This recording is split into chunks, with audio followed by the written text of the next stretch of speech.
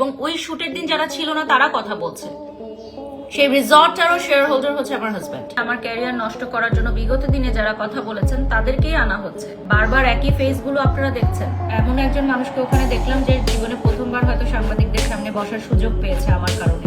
আমার ক্যারিয়ার ধ্বংস করার জন্য চক্র নিয়ে উঠে পড়ে লেগেছে রুবাইত ফাতিমা তনি।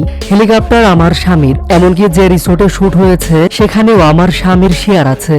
এবার কনসেপ্ট চুরির অপবাদ নিয়ে মুখ খুললেন বারিশা হক। উল্টো অভিযোগ দিয়েছেন ফিরোজা আফরোজ এবং তনিদের। গতকালকে সংবাদ সম্মেলনে কনসেপ্ট চুরির অপবাদ দিয়ে বারিশা হককে ক্ষমা চাওয়ার আলটিমেটাম দেন নারী উদ্যোক্তা তনি এবং লোরাটা ব্র্যান্ডের মালিক রোজা আফরোজ। অবশেষে এবার বিষয়টি নিয়ে মুখ খুলেছেন দেশের জনপ্রিয় ব্র্যান্ড প্রমোটার বারিশা হক। একটা হেলিকপ্টার মানুষ জোরপূর্বক চুরি করে নিয়ে শুট করতে পারে, এটা ফার্স্ট টাইম জানলাম। তিনি বলেন, এখানে আমি ছিলামই না, আমি তাকে চিনি না, তার সাথে আমার দেখাই হয়নি, আমি নাকি তাকে হুমকি দিয়েছি।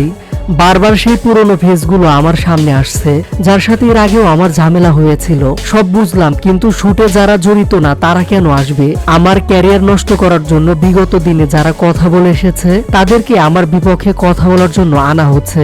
বারবার একই ফেসগুলো আপনারা দেখছেন। এভাবেই কথা বলে তনিকে ইঙ্গিত দিয়েছেন বারিশা হক। এতদিনের পরিশ্রমের গড়া ক্যারিয়ারটাকে নষ্ট করতে চাচ্ছে বিগত বেশ কয়েক মাস ধরে আপনারা দেখে আসতেছেন একটা চক্র।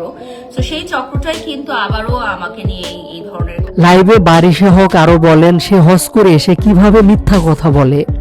আমার নাম নিলেই তো ভাইরাল, আমার নাম নিয়েছে বলে জীবনের প্রথম এত সাংবাদিকদের সামনে কথা বলতে পারলো।